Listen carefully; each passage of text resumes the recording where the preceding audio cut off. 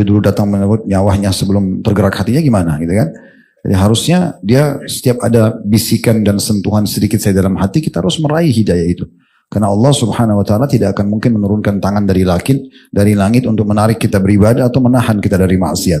Tapi Allah memberikan kepada kita sentuhan-sentuhan yang dinamakan dengan hidayah.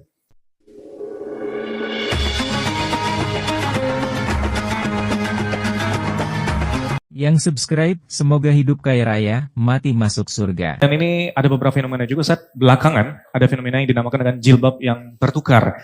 Maksudnya di sini adalah, jadi sekarang itu sudah masuk periode baru anak-anak mulai masuk sekolah, Ustaz. Di mana mulai banyak kelihatan ibu-ibu ataupun emak-emak yang mulai nganter anak mereka, anak-anak perempuan mereka ke sekolah. Jadi anak-anak mereka ini rapi dan juga pakai jilbab, menggunakan rok panjang dan juga berpakaian sopan. Sementara orang tua ataupun emak-emak yang nganternya itu tidak menggunakan jilbab, bahkan kadang berpakaian baju pendek. Bagaimana menurut antum tentang hal seperti ini, Ustaz? Alhamdulillah wassalatu wassalamu ala Rasulillah. Ya Allah al-musta'an. Harusnya kan sang ibu lebih mencontoh, ya, menjadi contoh dan suri teladan buat anaknya ya. Walaupun ini sudah tanda-tanda kebaikan, di mana sang ibu tergerak untuk memasukkan anaknya ke sekolah Islam dan menggunakan busana muslim. Tapi itu tidak cukup. Harusnya memang dia pun menjadi contoh untuk itu ya. Dan tidak perlu mengatakan, ini saya sering dengar ya, dari beberapa ibu-ibu pengajian, ada teman saya Ustaz mau pakai jilbab, tapi dia bilang ya tunggulah nanti kapan hatinya tergerak.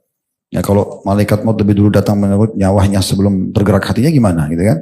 Jadi harusnya dia setiap ada bisikan dan sentuhan sedikit saya dalam hati, kita harus meraih hidayah itu. Karena Allah Subhanahu wa taala tidak akan mungkin menurunkan tangan dari langit untuk menarik kita beribadah atau menahan kita dari maksiat. Tapi Allah memberikan kepada kita sentuhan-sentuhan yang dinamakan dengan hidayah. Kayak kita dengar azan tersentuh untuk sholat, kita tiba-tiba lihat fenomena alam, terus kita mengingat kematian atau takut kepada Allah, itu semua sentuhan-sentuhan hidayah. Atau kita melihat Ka'bah, kita terharu misalnya, atau kita baca Quran, atau kita majelis ilmu, kita merasa ada sesuatu yang kita rasa tenang dalam hati kita, itu semua hidayah yang harusnya kita jaga gitu ya. Ini sayang sekali. Saya juga pernah menemukan ada satu kejadian yang unik gitu ya. Kebetulan terjadi di rumah saya. Ini cerita mungkin 15 tahun yang lalu.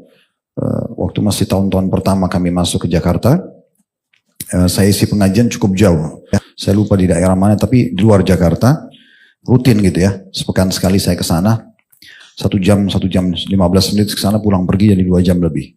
Intinya saya pernah membawa buku pesanan pengajian.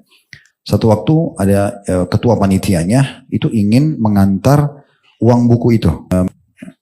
Kemudian dia pun menemukan alamat kami lalu datang gitu.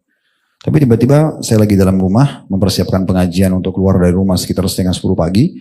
Ada satu ibu datang terus disambut sama istri saya. Terus istri saya masuk ke dalam, dia bilang ini ada ibu datang cari, tapi sepertinya agak unik gitu. Saya bilang kenapa? Karena dia pakai rok pendek, nggak pakai hijab, jelas sudah nggak pakai hijab, pakai rok pendek, pakainya terbuka. Tapi dia ngaku ibu pengajian dan katanya mau ketemu sama Ustadz. Ya udah coba temuin dulu deh, tanya kalau gitu.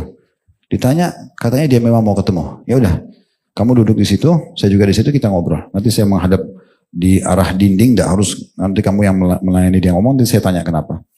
Begitu saya duduk, saya membelakangi beliau, dia sama menghadap sama istri saya, terus saya tanya ada apa Bu? Terus dia bilang, mungkin Ustadz tidak kenal saya, tapi saya Ibu Fulan. Ternyata ini ketua majelis taklimnya, ya, yang rutin saya isi. Dan saya kalau ke sana jilbabnya syar'i banget itu. Ya. Saya tidak kenal karena memang sudah tidak berhijab gitu ya.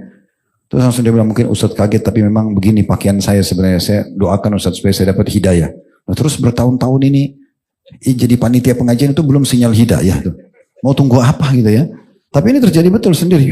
Dia kebetulan bawa uang. Saya bilang, oke, ibu mau apa? Ibu mau antar uang buku, silakan kasih ke istri saya saja. Lalu saya tinggal gitu ya. Tapi itu terjadi sebagai contoh. Ini sayang sekali. Ada juga orang kadang-kadang jilbabnya musiman. Pergi haji atau umroh pakai jilbab. Tiba di bandara Jakarta buka lagi. Seakan-akan jilbab itu hanya untuk di Mekah sama Madinah. Sayang sekali. Allah sudah sampaikan kakinya di 2 kota suci. Dia sujud kepada Tuhannya Allah SWT di sana. Dia lihat kaum muslimin dengan fenomena hijab dan pakaian syar'inya. Kemudian dia juga tidak tersentuh, pulang masih juga kembali buka hijab, ini luar biasa. Dan pertanyaan sederhana bagi orang-orang yang masih belum mau berhijab ini, apa halangannya? Apa sebenarnya halangannya? Orang menggunakan kain di kepala itu sesuatu yang sangat indah dan bagus, rapi, gitu kan?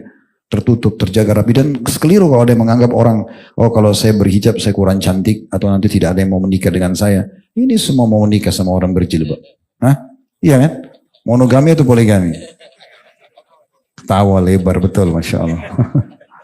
Ya orang-orang di Mesir kan carinya wanita berjilbab kan? Kan tidak mungkin cari yang tidak berhijab. Ya, sebenarnya tidak ada alasan untuk tidak pakai hijab syar'i atau hijab sebenarnya.